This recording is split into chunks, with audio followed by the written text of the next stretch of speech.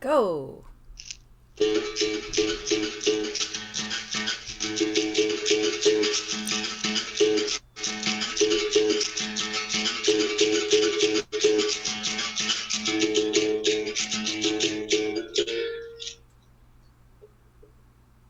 Greetings, blessed love, beautiful people. Welcome to Raising Excellence, one of the best hours of your day. How this sexy fight dance can free you from slavery. This is the title of today's show. Let me welcome my beautiful friends, Agnieszka, our psychosomatic illuminator, Nice to be here. Thank you. Willow, our trauma consultant, is with us today, Hi, everyone. and we have Michael, our opportunity ambassador. Lovely to be here, and I'm already liking the opening. Looking forward to this show. Sweet. And my name is Dennis, and I'm here to help you facilitate freedom in your life. Let's jump right into today's show. Let me not forget to mention, if you have any questions, any input, especially for today's show, I'm going to ask you, like a few questions, which I'm going to ask my fellow co-hosts, but also you as the audience. So if you have the possibility, to type in some responses and to connect to us even during the show, I'm sure Agnieszka will be happy to, to forward the input and to let everybody know what you have to say about the things I'll be sharing today. So what can you expect from today's show? Expect to be entertained by my adventurous life story of sexy fight dancing away in the dusty downtown communities of Kingston, Jamaica. I will hopefully share some valuable life lessons with you that that I came across and that revealed themselves to me during my 15 odd years of living in Jamaica, and even a few more years of living with, from, and through, and for the sexy fight dance. We're gonna determine is what exactly in a little while.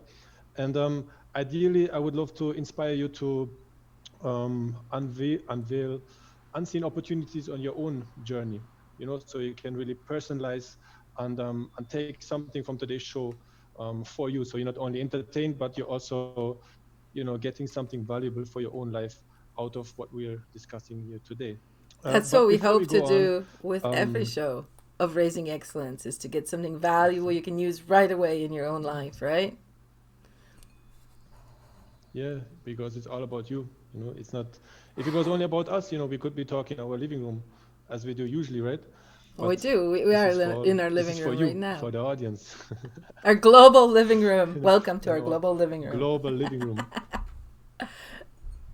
I must say, I've always liked Mike's intro. I like his voice, I like the tone, I like the energy that he brings.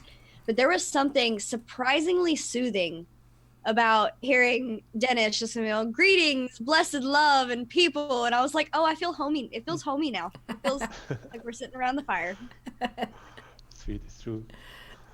So, what sexy fight dance are we talking about today? Is it tango? Is it, I don't know, what else can it be? Salsa? Take a wild guess. Salsa? That's a good guess still. What about something like Falun Gong? Isn't that more like a dance? What is that? It's a Chinese thing. Falun Gong, Chinese thing. I don't know. It's like Tai Fight too Chi. much, though. I don't know. I'm not sure. Can you enlighten us, Dennis? Well, Sure, it looked like sure. Mike had something to say. No, I was just saying, please do, please Oh, tell us more. Well, it's all about capoeira. Capoeira. Can you actually say capoeira? Capoeira. capoeira. Right, very nice. Very nice. We can all already move on to our second lesson. You passed the entry level test. You're able to spell it. Capoeira. So capoeira. What is capoeira? You guys know anything about capoeira? I have a friend in Germany. His name is Dennis, and he does capoeira a lot. And he's really into it. He's so into it, his kids even practice capoeira. And he's been teaching it for 15 years in Jamaica. And he was studying it for years in Brazil before that. That's what I know about capoeira. Amazing. And I've seen it I on think TV I a couple I of heard times. some talks about him. He's really handsome, isn't he? Oh, yeah. Dennis is hot, especially without a shirt. Oh, hang on. Let me show you guys. Here's a picture. Oh, no, this one he has a shirt on.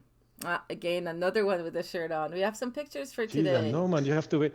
I didn't give you the secret code yet. Oh, okay. That Sorry. you're full of surprises because I fully expected, to be the youngest one in this group, and therefore I was like, all right, I got the looks, I'm good in that category. And then, here comes Dennis with his bio picture with his shirt off, and I was like, oh, okay. But Can't Agnieszka really told beat- me I had to send a picture like that just to be able to be part of the whole thing. You're gonna make me spit up my Anyway. tea out on live TV. So tell us the more only thing I about. know about capoeira is that it incorporates dance and fighting or self-defense, but I don't know how. I can see how they would connect, but I don't know exactly how they do that in real life. So you haven't ever seen it yet, like in real life or on TV somewhere? I mean, I've seen dance fighting on TV, but I didn't know that it was like an actual category or a genre. It never Well- even. I thought it was just for movies. Well, this whole term like sexy fight dance thing, that's obviously like a joke. What do you I mean it's heard a of it, joke? like- You fight, you dance, and you're sexy. What do you want? All right. I think it came from a cartoon originally, and they were making fun of capoeira itself, so they named it that, and it's quite funny, really. But then, of course, the one of the topics for today is, or one of the points I want to bring across is, is it sexy fight dancing, or is it actually something much more valuable? Something beyond that. But we're gonna get into that. Capoeira really is an Afro-Brazilian martial art. It's also a culture, and it's music, it's dance, it's poetry, it's improvisation, it is choreography, it is one of the old masters, Mr. Pachinha, said when they asked him, what is capoeira? How do you describe capoeira? He said, it's everything the mouth can eat. Another famous master said, what is capoeira? And he answered, it's trickery, it's cunningness. So capoeira for me really is something that words hardly can describe, because as much as I will try, to describe it with the words that I have and, with the things I can share today, it's, you won't be able to know what it is, because you would not have felt what it means, to step into a circle of people that are, singing, clapping, drumming, playing instruments, and then you step inside that circle and there's such a vibe, so much energy, and it just takes you to a different place, and like you're moving and you're kicking and you're jumping, and there's acrobatic movements, and there's attacks and defenses, and you're dancing, but you're also defending yourself, and you're throwing attacks, and a lot of things happen in there. And to describe that with words, it just seems it just doesn't really do it any justice. So I hope I can inspire and encourage you to maybe witness it, or even watch a little video about it, and not even that can do it justice, because you have to be there, you have to feel what it means when it runs cold your back, just watching and just feeling the energy and the vibes. And then that is something really, it's something that can transform not only you as an individual, but it can transform like a community. It can transform like a bunch of people at once, and it can make you do and see and perceive things that you have not felt before. And so that was a tremendous, and is still a tremendous excitement for me. And Agnieszka has lined up a few pictures.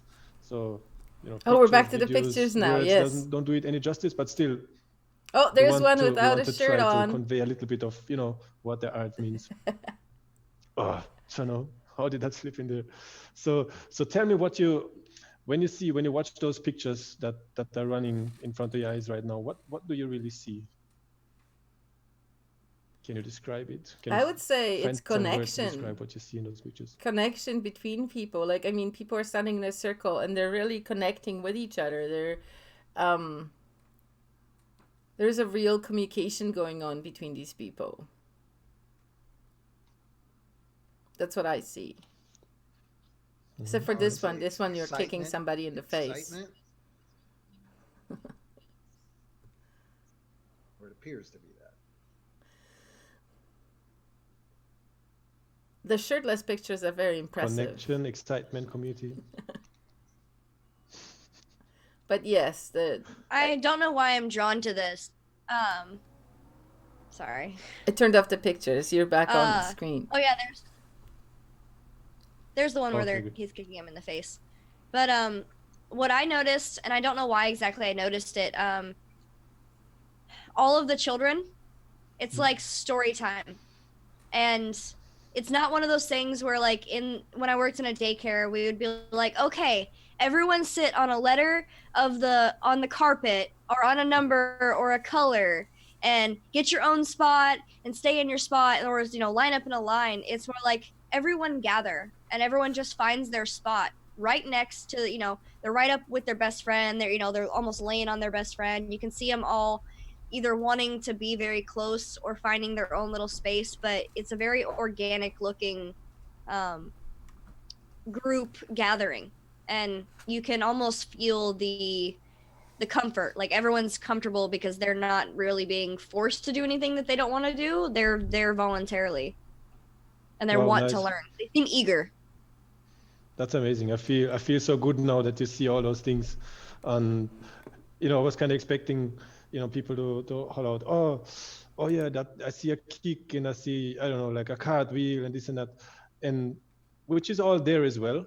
But then the feedback that you just gave me a while ago, it goes way beyond just the physical aesthetics of the movement itself. And I really appreciate that, because that's, for me, that's really what it's all about. Just in I'm putting the in my, pictures back on screen for Pamela just briefly because she said she has some connection issues and missed the pictures. So I've put them back on. It might have been me who had connection issues for a second there. Go ahead. One of the other things, the last thing I wanted to point out was I noticed a lot of vulnerable body language, and in a good way. That's kind of what I was picking up on. All of these people surrounding you, they are vulnerable. They're in a vulnerable place where they're listening and they're learning, but they feel completely comfortable and at ease. I just saw that.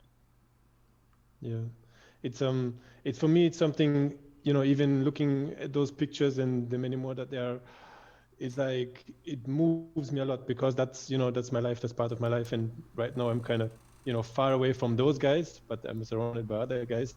But it brings a lot of memory, and there's a lot really happening inside of me when I see those. And but like you Dennis, pointed out, it's those excitement, guys it's are community. here in the global living room. Yeah, they because just commented. Rodney Rose just commented, "Wonderful from Charlestown, Maroon, Jamaica." So you're not far away from the guys at all. You're Sweet. just as close to them as you are to us. Wow, sweet, I'd like- amazing. I just talked to them the other day. You know who the Maroons are? We're gonna No. talk about the Maroons today. All right. Don't make me forget that, please. Well, One you more only have an thing, hour, and so I'll you know. Sorry. One more thing, and I'll shut up for a while. Can't promise forever. Your expressions, Dennis, that's fascinating. That's a different side of you that I've never seen. Like, you're full of smiles here, but looking at the determination, but not anger. It's just focus. Like, you're so focused and you're so happy to be there. Like, you can tell that when you said, "This is my life," I immediately was drawn to your face in those photos, and I'm like, you can tell it on his face. He is living for this. It's really inspiring. Oh, thank you for that. That's really what it is for me. It's like, it's not what I do, it's who I am, and it's a huge part of that. And what stood out for me in all of those is, what you mentioned before, it's community. It's family. And, if I look at the pictures with the children, and you see the openness, and that's really what happens. Like, I use this art, this culture, this expression, to bring people together. And it brought me, in the end, it brought me to myself as well. It brought me closer to other people. If you just look at the fact that, this martial art that has been developed by enslaved Africans in Brazil. It conquered the world within about 500 years, which is, compared to other martial arts, is not that old. But it's all over the globe, and it's connecting people from all walks of life. And some people like myself, they use it to do good for others, and to help those in need, and to help people to find themselves and to find balance, not only on their hands and on their feet, but also within themselves and within their community. And I've been using capoeira to bring warring community together in Jamaica. I've been teaching it all over the world, but like I said, I was especially working in the inner city communities of Kingston, Jamaica, and I worked in some penitentiaries as well, in a high security prison and in juvenile detention centers there. And like I've seen, I've come across quite a few children, youths, and adults in different life situations. Some of them really severe, and I've seen with my own eyes, and I've felt it in my heart. How this art can transform people's lives. And what initiated all of that was that it did exactly that for myself. So I said, wow, this turned my life around in so many ways, not only like a few degrees, but really like literally 180 degrees. And then I said, well, what drove me really was, I wanted to help others as well, because I knew the potential of it. And then I thought, that would be something fulfilling for me if I could help others as well, turn their life around for the positive, and using capoeira for that. And so some of the values that I have been, transferring and promoting through capoeira is what you mentioned earlier. It's community. The excitement is there. Capoeira is something very exciting. It has the physical aspect. It's fighting. It's dancing. You have a lot of girls and women training as well, because it's not about how big and how strong you are, but it's the fight of the oppressed against the oppressor. It's the fight of the weak against the strong. And if you look at it historically, it was, enslaved people that used this art on one hand to physically free themselves from slavery, and on the other hand as a gathering, where they could express themselves, where they would, remember their traditions, their dances, their forms of expression, because the slaves were purposefully mixed up on the slave ships already, and later on the plantations, in order to make it hard for them to communicate with each other, and to basically organize themselves and to rebel and to get organized. So capoeira also became a non-verbal form of communication, where people from different nations, from different tribes that spoke different languages, were actually able to come together and maintain some of their culture, some of what really, some of their essence, that they brought with them and that they preserved. And one of the values that that I had to develop as well on my little journey was perseverance. And so that is something that stood out for me. It's like I had to persevere through quite a few situations and hardship in order to achieve the things that I achieved. And those things were not necessarily things, material things, but those were things that carry me until today. So if I even watch some of those pictures, it's like, it takes me right back, and I continue to learn lessons and to to connect with the people, and to feel that connection that is still there. And it's something that this art is something that continuously helps me to connect to others. And I also brought a little clip, which is just a few seconds long, and that shows a specific situation in the life of a capoeira student. And code word, run the clip, Agnieszka. Oh, is this the time when you want me to run the clip? Oh, just a second. Sure. Oh, na, na, na. Oh, na, na, na. So while Oh, I'm na, watching na, this clip, I'm gonna na. ask you again, what Oh, do you na, think? na, What na. comes to your mind? Oh, na, na, na.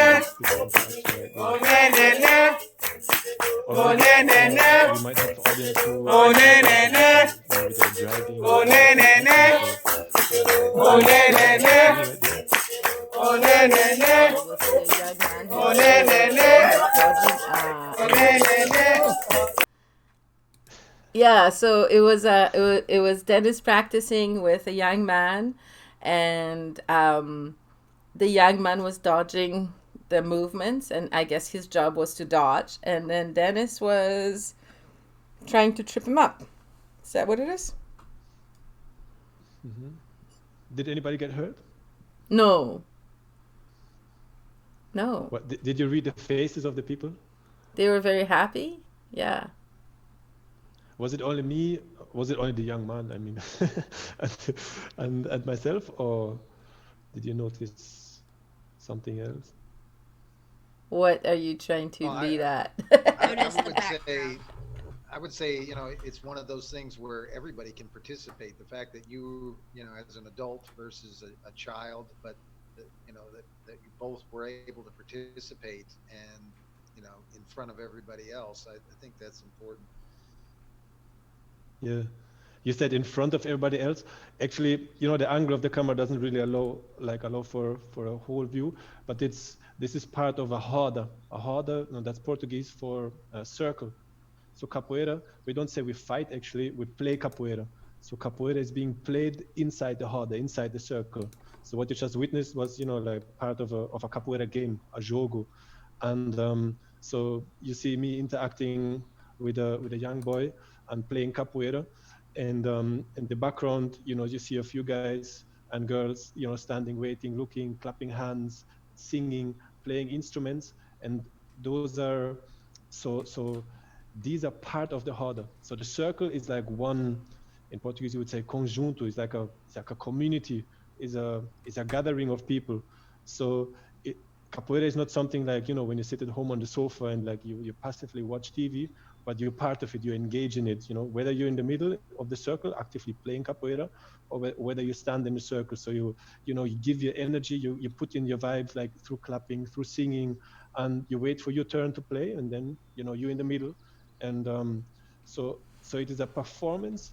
You're expressing yourself, you're expressing who you are, you're free to express yourself, you're free to express who you are in that community.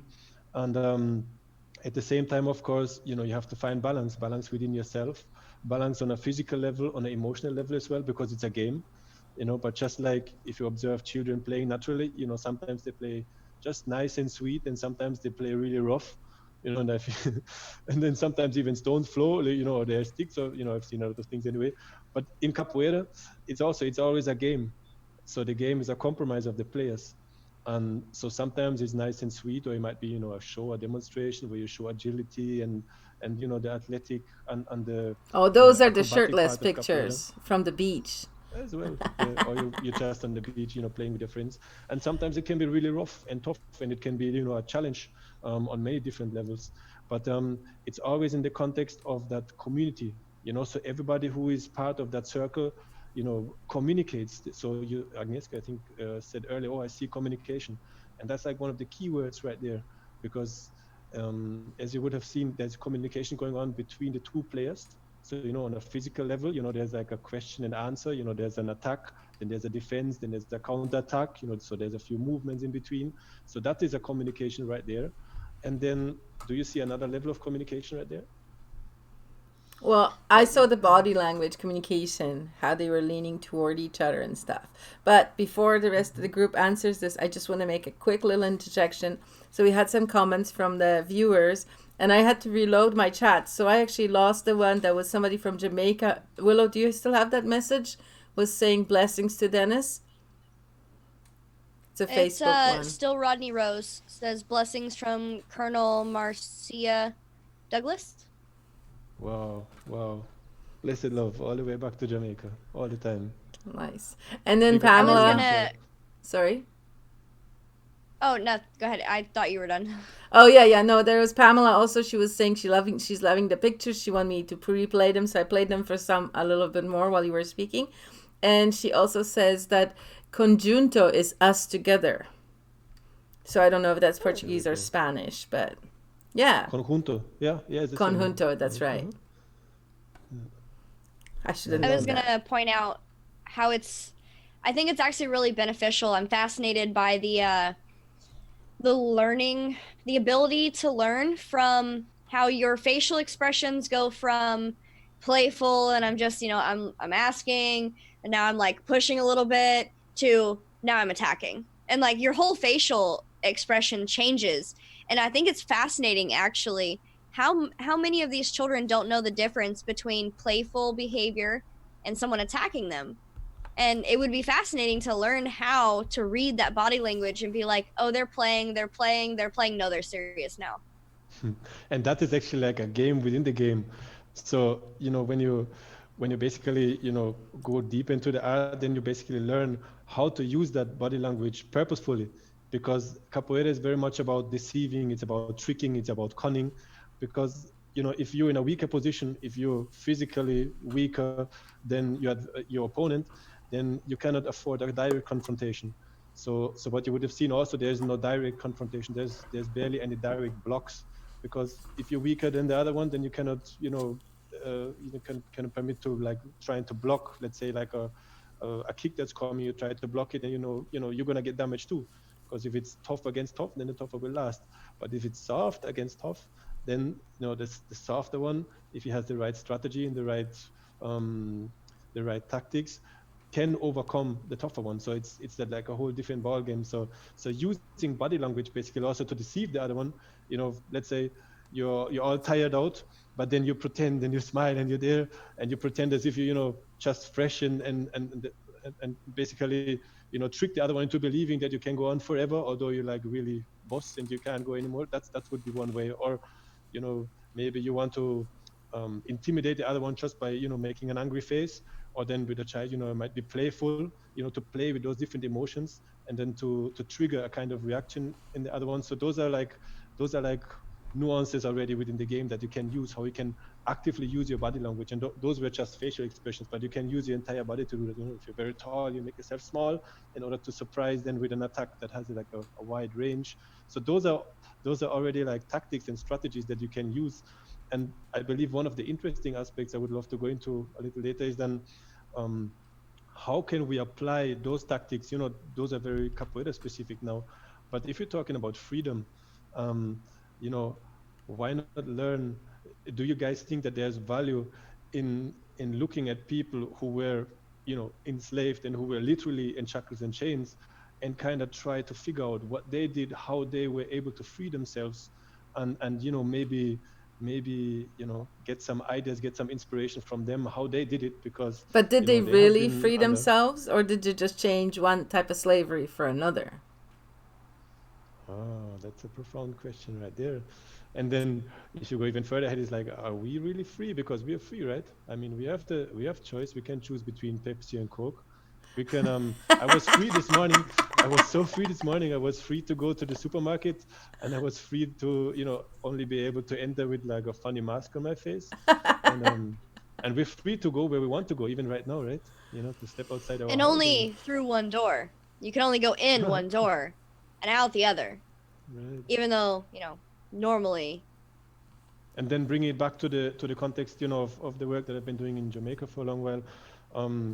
I've been I talked to a lot of people there, and then it's like, oh, freedom, what does it mean? Oh, slaves, but we're not in shackles and chains. But it's like, oh, isn't there a guy from Jamaica, a famous guy with a guitar and long hair, and he sang about, not shackles and chains around my hands and feet, but I'm still not free. And what does it mean, be free? Does it mean, to be so poor that you don't even know how to put food on the table tomorrow? Isn't that also like a form of slavery?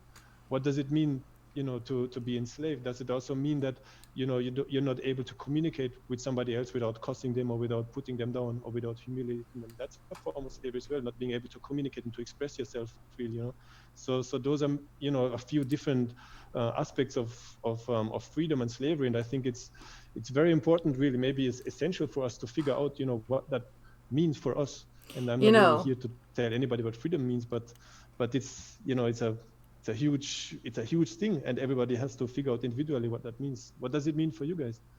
I was just writing this article earlier today before our show for Autonomy, and it was like a paragraph for some lead magnet or something, and the sentences that were used, or that I was editing someone else's work, but basically the sentences are: the I can't do attitude is deeply rooted in our society.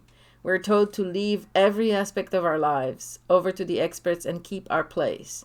With the I can't attitude, it's easy to prove yourself right. It may feel safer to stay small, but staying small ultimately leads to unhappiness. Learned helplessness may just be the most debilitating habit which results from schooling. Richard Grove. And then the conclusion for the paragraph is, as an autonomous individual, an autonomous individual will use their strengths to lead them to a life well lived. They know how to break out of the mold designed by society, follow their own path, and succeed on their own terms. Nice one. You remember the little boy from the video clip?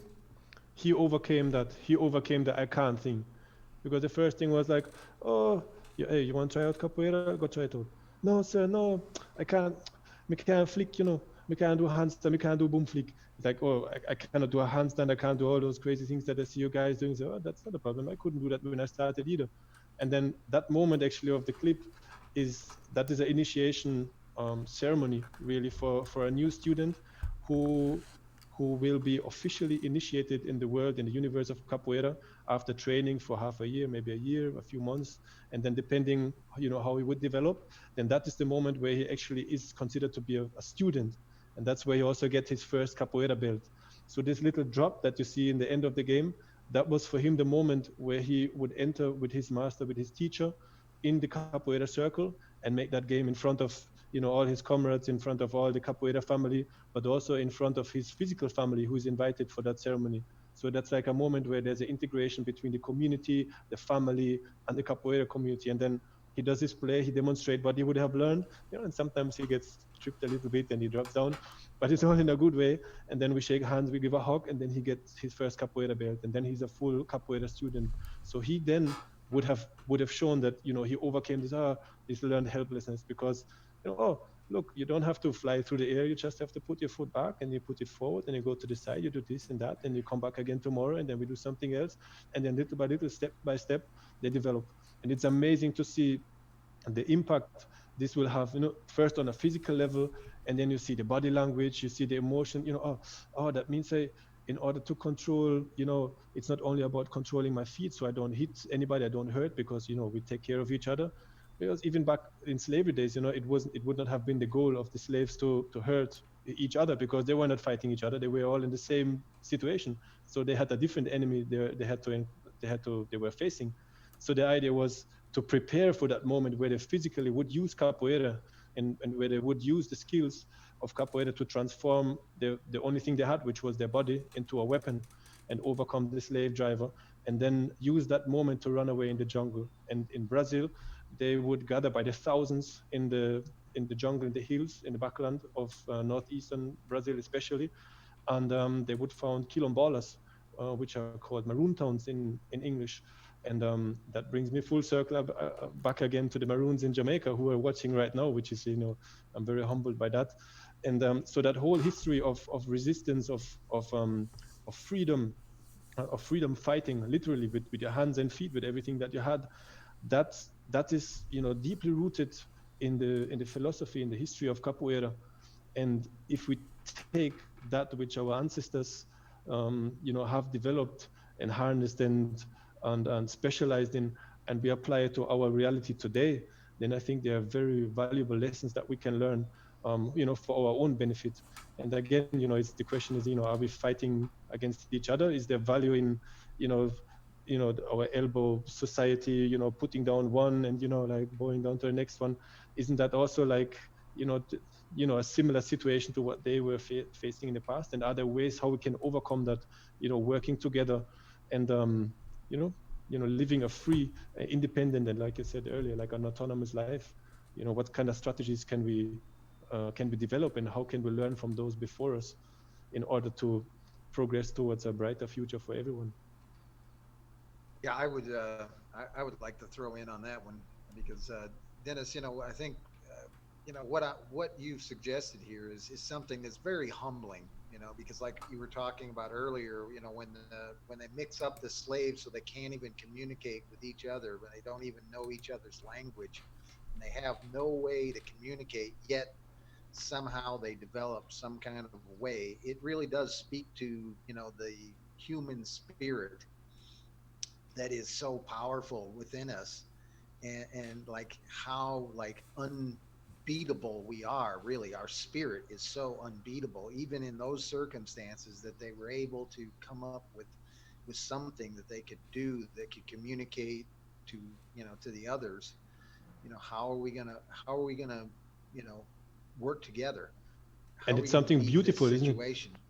Yeah. So out of And a it, situation so devastating and so, people dropping dead like flies, torture, lashes, whatever, and they were able to create something beautiful and magnificent that, until today is something, you can use it, in many different ways. You can use it to physically survive, but you can use it to connect to people. I mean, the fact that, a German-born youth can adopt an Afro-Brazilian martial art and teach it in Jamaican ghettos, that alone is like mind blowing to me. It's like, wow, that speaks for the art itself. It's like, how, what kind of genius does it take, to develop something like that?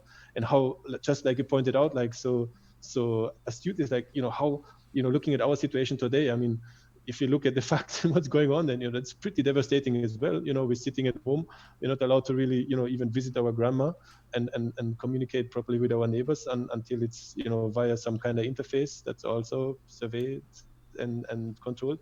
So but there's hope in looking back and seeing what has been done before us. well, I think there's also some other things in there, like you were talking about the ritual of bringing a student in and then becoming part of the group, and then like essentially, kind of like proving their manhood, and like this idea of ritual is such an important issue that, for the most part, modern society is given away, and kind of molded into their own kind of methodology of, expertise or licensing or whatever you want to call it. But the reality is that like the real manhood or the real test of being going from a child to becoming an adult are things that can be ritualized. And certainly this is an example of how, the group accepts the individual, and how the individual becomes part of the group, and there's like that mutual respect that like raises people up to a new level. They start to realize that it's not just them, it's my community, it's the people around me, it's the way that that they trust me and I trust them, all those kinds of things. So yeah, it's just, man, it's such a beautiful expression of humanity. Nice. And it's exactly what people and children, would report when I asked them, after a while, oh, what you like about capoeira? Why are you here? Why do you come? You come from across the town, you didn't have no bus fare, you walked 1.5 hours just to be here for this class, you're gonna sweat, and I know you only have this one shirt, and you had to iron it, and you had to, clean it yourself, and you had to take care of. Why are you here right now? And in the beginning was like, oh yeah, because I like the movements, and because I feel stronger now, I feel like, people in school don't just beat me up like that. But that was for the first while. But once, they passed like a couple of months or like a year and so on, I asked, why are you here? Why are you still here? And they're like, well, sir, it's because of it's my family. And that is like the biggest thing for me. It's like, if there's children, there's youth, and there's even adults, they grow up without a father, without positive male role models, especially there in the inner city. Oftentimes the parents are not present, they grow up with auntie or with somebody else, and then we were able to create like this vibe, this community of, where people see that this is their family also, not to replace the blood family they have, but to add to it, and to give room for them to express themselves, and to get to know rules. Because in a way, Sorry. the harder the circle, it is a metaphor for life. So when you get up in the morning, you don't know, you step outside your yard, then you go around the corner, you don't know if you're going to meet your best friend and say, oh, let's go drink a juice, or if you meet somebody who want to stop you, take away your money, or do you some bad. And the harder you also, potentially you could end up with anybody in that circle, inside in the middle of the circle, having to deal with that person. It could be like, it could be a master, really good and well trained. It could be like a little girl that just started yesterday, and you'll have to adapt to that. So you have to learn how to get Sorry. along with anybody, just like in life. Like when you're sitting in school, you don't know who's going to sit next to you. When you go to work, you don't know who you're going to work with, who's your boss. Even when you go take the bus, you don't know who's going to sit beside you. But to learn how to find harmony, and how to find balance with anyone who comes out, whether he or she wants to do you some bad, and you have to keep your hands up and protect yourself, or whether it's your best friend and you're having a good time, it's just pure fun, and enjoy and open up your game nicely. So that is like such a valuable thing, and that's like taking out real life lessons out of that, capoeira circle, and then taking it back home, taking it back into your relationship, taking it back to your children, taking it at school and your workplace. And I feel that's something tremendously valuable. And there's of course like a huge connection between the student and the teacher, and between the students among each other. And then so that is like there's a part of traditions coming. So the older ones, the elders, they would have wisdom, they would have acquired knowledge, they would have, they would know, it's called manjinga and capoeira. It also can mean to do the right move in the right moment, just to know what to say, to know how to, Timing. what move to do, timing. Yeah, that is a small aspect of that, but it can also mean that. And that's something that comes with experience, with wisdom. And then you have the youth, the younger ones who are like, they're young, they're powerful, they're athletic, and they learn easy, learn fast. And so it's like a continuous, it's, you said earlier, organic, it's alive. It's something that's alive, and it's not a bunch of individuals, but it's one conjunto, it's one community that is there. And if you transfer that for today, how can we build something like that? How can we build, strong communities that are, not depending on some outside centralized system and on outside input, but how can we come together as one and create ways of how we feed ourselves, how we take care of each other, and how we just come together in a peaceful and in an organic way that is decentral, from, the powers that ought not to be. I The think that is global living a very room. important question to ask. We got to do that through the Mhm. global living room. Reach to everybody in the world. Give them a hug. Just a hug. Yeah, what we're doing right now, that's a part of it as well, isn't it? Hey, Dennis, you mentioned choreographing and stuff like that. So is that one in which you're specifically like telling a particular story, or is it one in which people are capable of like doing choreography during a particular part of the thing, or what? Hmm. Because that Yeah, sounds like a very interesting part as far as communication as well. it's a great question, because capoeira really, if you look at it, if it's done properly and you look at it for the first time, it's like, oh, you can't figure out, what are these guys? Are they dancing? Oh no, hold on, they're fighting. No, they're dancing. It's like, oh, that's actually a sound that's like a sign of quality. If you can't really figure out, are they dancing? Are they fighting? Is that all improvised or no? Yeah, it's a choreography. No, they improvise. Oh, wow, was that studied? No, I don't know. So if you can't really make it out, then that's a sign of quality, because it's both. It's a game, but it's a fight at the same time. It's a choreograph. There's some choreographed, parts in it, and you can use choreography like for demonstrations, for shows, and there's a lot of, very, inspirational things, and stories being told. There's old masters, and slavery times being remembered. There's a lot of things being told through stage plays, little dramas. I've been using that a lot also to relate the situation of students, especially in Jamaica and inner city. And we would do like role plays where we incorporate capoeira, or we incorporate like daily situations to have them use their skills, and have them use their dramatic expressions, which in Jamaica people are really good at. And it's amazing what comes out there. They're very expressive, and people have music, have rhythm in their blood. So it's amazing what comes out of that. And that's, so choreography itself can be like a very powerful tool to help people, to relate to their ancestors, and to make sense, and of the reality they live in, and to develop strategies of how to manage better, with themselves, but with those around them and with their community ideally. So choreography is part of capoeira. It's not only that, because there's improvisation also. So it's both, and it's to find balance between both of them that really is part of the game. Nice. That's very cool. It sounds like it was quite an adventure living in Jamaica and teaching all these kids that. Yeah, definitely. I don't even want to say it was. It still is. And I'm looking forward to be able to go back there very soon. And yeah, like I said, when I look at the pictures, when I'm focusing on it, like I'm right back there. And it's it is amazing, like the power this art, carries within itself. And which is where I wanted to reach towards the end of the show. Also, it's like, there's things specific to capoeira, but then there's also, some of those values that we have been touching upon, community, perseverance, self-respect, those things, those are not contained only to the art of capoeira. So where we really would like to reach at is, look at yourself and identify what it is that you love in your life. What makes your heart jump? What is it that inspires you? What is your skill? And it could be anything. I don't know, like you're into gardening or whatever it is.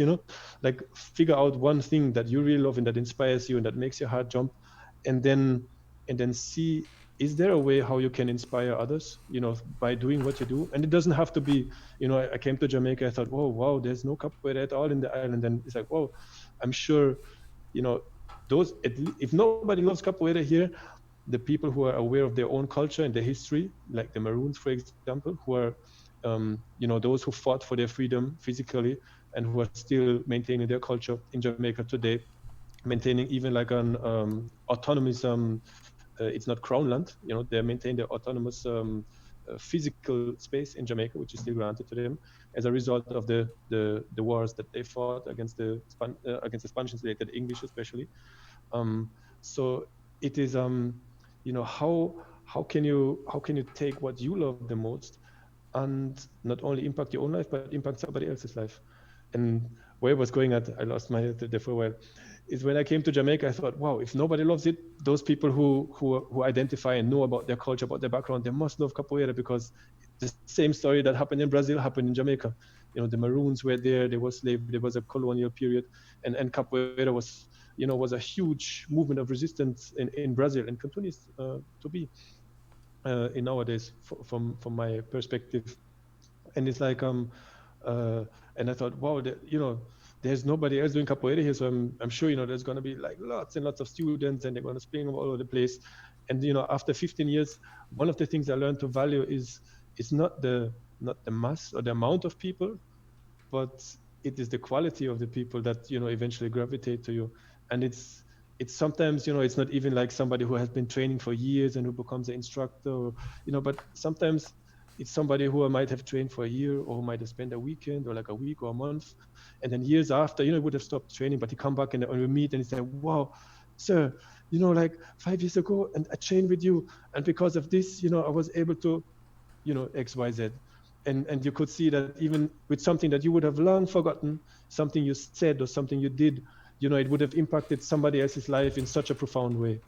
And that is a potential I would love everybody to be aware of, because what really fulfills you, has that power, that you can transfer to somebody else, and you can change not only your own life, but you can change somebody else's life, and maybe impact, thousands of people with that. And so that's something I would love to encourage everybody, to really go within, and of course to listen to the voices outside as well, if they mean well, and even if they don't mean well. Wait, which voices? The ones in my head? Not the outside ones. The inside one is what you should listen to, especially. Which inside one? That's the one. Which inside one? There is a whole troop. Well, check it out, baby. It's actually just one in the background and disguising itself. There's many. But that was for me, when I reached in Jamaica, it was like I said, like it wasn't really easy. It never was really easy, but it took perseverance, and I only got that perseverance because I knew that this is what I loved. And I woke up every day, and sometimes several times per day, I had to like really sit down and say, is that really what I want to do? And I was, yeah.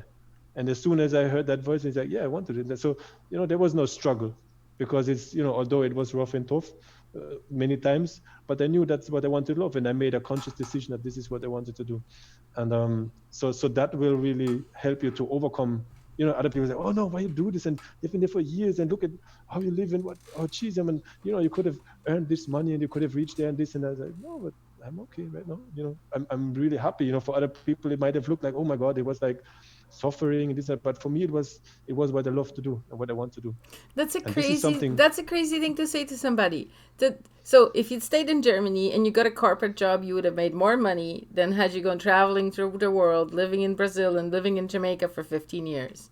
Mhm. Well, But I yeah, wouldn't be able to share these stories but with you now. what does that have to do with anything? Oh yeah, yeah, yeah. You know, if you were a miner and you dug coal all day long, you'd get the double danger pay too. What does that have to do with anything? Yeah. That's Feel silly. we have to really follow our heart and be fulfilled with what we do in every way. And fulfilled, it's great if you're fulfilled financially and economically as well. But that's just one aspect, and there's many other aspects as well. And that those things will come anyway. But if you're doing something that's not really aligned with who you are and what you're here to do, then That's where the things just get midlife stuck. Things crisis don't flow. strikes. Right there. Yeah. As soon as you're doing something you don't like for like 10 or 20 years, everything goes to shit overnight, you know? People tend to run away with a mistress to Mexico. Same. Is it Mexico or is that That wasn't about you. Why did Pakistan? you run away with the mistress to Mexico? Is that true? I I didn't was like, know. where's your mistress, Mike? Yeah, where is your mistress? Maybe I gotta look for her still. Apparently. All right. Did she run away too?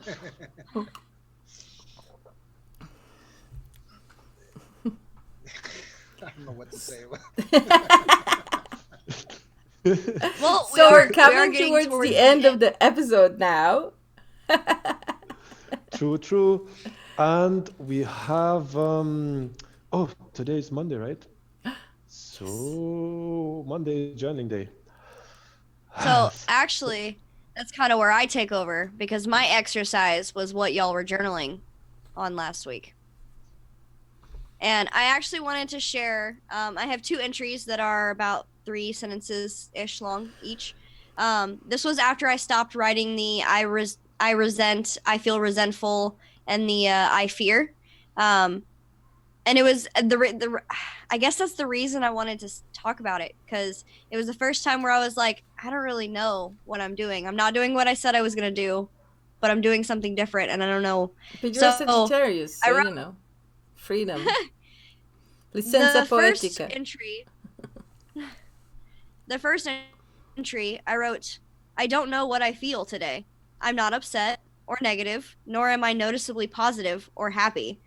I've been asked if I was feeling okay, so maybe that means I'm feeling numb, because that's usually what people ask me. They're like, are you feeling okay? And I'll be like, I'm fine. I'm fine. I said, it's not unpleasant or unbearable. I remember feeling tense when I woke with no context as to why. I fear I will never truly understand myself sometimes. And so it ended with a fear, which it brought me to a fear. But then I woke up a couple days before Kurt's birthday, and I wrote, I woke up filled with calm and serenity. I am delighted by the soft pattering of the gentle rainfall outside my window. My heart and soul feel just the right amount of full. I have not felt this way in many days, even weeks. And I when I went through and I read it because I wanted to share something for my journaling exercise, I was like, that's a pattern. That's a pattern where I was recognizing I didn't know what to do. So I went to my journal and I wrote, I don't know what to do. I don't know what I'm feeling. I don't know if I'm resenting anything. I don't know if I fear anything. I don't know anything. It's just everything's confusing. And when I wrote that down, I could compare it later to this other one where I was like, I woke up feeling full of calm and serenity and, rainbows and burritos. Like, everything's wonderful. Sorry, that's my thing is rainbows and actually breakfast burritos, because they're rainbows and breakfast burritos are just amazing. Both of them. So that was my journaling exercise. Like that's the progress that you can make where you don't even realize that it's progress, but you get to recognize yourself and little patterns in your life that it's like meeting a friend that you just haven't seen in a long time. And you're like, oh, I remember you. We had a lot of fun together. A lot of crazy times too, but we don't have to talk about that right now. Wow, nice. Thank you so much for sharing. And this fits perfectly within the theme of the week, which is mastering challenges, isn't it? Absolutely. Yeah, because like I said, the last couple weeks, it's one of the hardest things with trauma is actually just recognizing patterns. So yeah, definitely a challenge that I needed to work on. I would just add in regard to journaling, one of the things that has been presented to me over and over again is like how difficult it is to break into a habit of doing journaling regularly. And I just happened to be reading a book called Mini Habits this past week, and what they were suggesting is, just do something that just seems insignificant almost. Like the book starts off with touch your nose. Just go ahead and touch your nose, and you touch your nose, and you're like, oh, why did you do that? Well, because it was easy. It wasn't necessarily wasn't any reward for it. There wasn't anything, but it was that you knew you could do it. It was easy, and that's kind of the thing is like if you can as somebody that's starting to journal, maybe if you only write down one sentence or 10 words or 20 words or 50 words, if that's insignificant to you and it's something that's easy, and you say, yeah, I'll write down 20 words a day, and do something that's a daily thing. It's the fact that you're achieving that goal that gives you to that next level. And the fact that you can do 20 words a day might end up being something like what Willow just, you know, talked about is a huge discovery, and that's important. Wow, I love that. That's really powerful. And I think that will help me, overcoming but if I sit down, it's gonna be so and so long until I can get up and have this and that to do. And so, it's just like the mind, running away, making excuses already. But it's like, oh no, it's just 10 words, just 5 words. It's just to put on the shoes, and then step outside the door, and then, you start running already, and then you have a few Ks in there in no time. Yes. Yeah, I've been really I was enjoying that Q&A a day book lately. It got me back into journaling. Because when I found my I diaries was again, curious. sorry, go ahead. I was saying I was curious how the prompt would work, especially I was going to ask you how did that my prompt work, because I know that it's easier to answer the questions, and that's why the Q&A book is no. No. So, That's okay. no, because you told me what to do. Last time you told me what to do, I didn't write for 3 weeks. Okay, give me a break. No, but the Q&A a day, I've caught up. I went back, and for the days that were day specific things, I actually looked in my calendar and figured it out and wrote the actual answer for that day. So I have all year, like from when we started until now, I have it all filled out with the answers. And then the last few days I've been doing one a day, like the answer is actually the right day. And then sometimes when I write the answer, it's too short because I kind of enjoyed writing 7 or 8 in a row.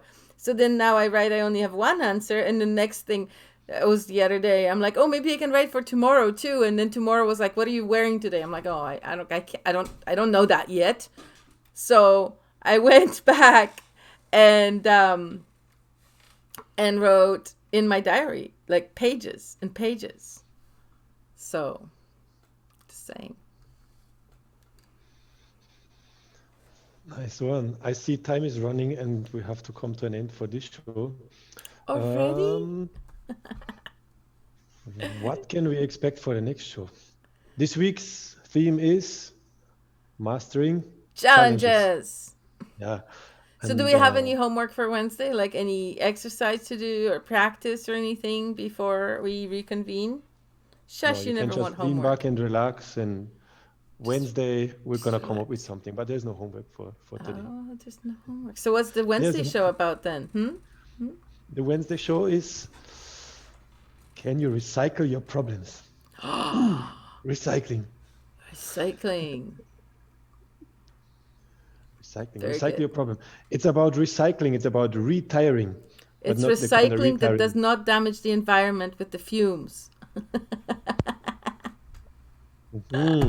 It's about a whole different aspect than, I'm going to share a few more stories from Jamaica, not regarding capoeira, but regarding something else I did. And like the gist of it is to find the solution inside of the problem, within the problem. So I figured out that every problem have its own solution coming along with it. And that seems to be another pattern. And so Wednesday we're going to look at how to find solutions in problems that I faced myself. And yeah, and see if you can spark your creativity a little bit as well, and if you can come up with some spontaneous ideas of resolving problems that you might face on your journey right now. I And really enjoyed the slides today, by the way. So if there's more slides, that'd be cool. I like that. I promise I'll bring a few. And I like that feature that I could just do one button and it did the slideshow automatically. That was great. Nice. Thank you so Yeah, much I liked for how lining that up. I liked how we could get like a whole bunch of photos in just a span of a few minutes. I think we should do that more often. Definitely. Okay, so now Dennis is going to grab his instrument. Yes. Okay, and before that. while that, So Wednesday at 7:30 Eastern, we're coming back to talk more about Dennis's journey, 7:35. finding freedom. 7:35. 7:35. Mastering challenges, finding solutions, and unveiling solutions. Mastering challenges, unveiling solutions. But for now, we're going to say goodbye. And everybody who would like to connect with me and talk a little further, there's still a few slots for 30-minute free strategy sessions, which you can book over my website, which is very easy. It's my full name written out, denniseckart.de. Dennis is DENNIS, ECKART.de, which is for Deutschland. Or you can go do the getautonomy.de as well, which is easier. And yeah, so connect with me. I try to utilize, no, don't try. I do utilize the little experience and the skills and knowledge that I have built in my life to help others to facilitate freedom in their life, be it on a physical level, as a trainer, as a personal trainer, as a capoeira coach, on an emotional, intellectual, or even on a spiritual level. So yeah, check out the website and connect anytime. It's free. Very good. I'm playing the outro now. You got to start playing the music. Vamos embora. Get to Berimbau. Bye, everybody. Thank you for coming.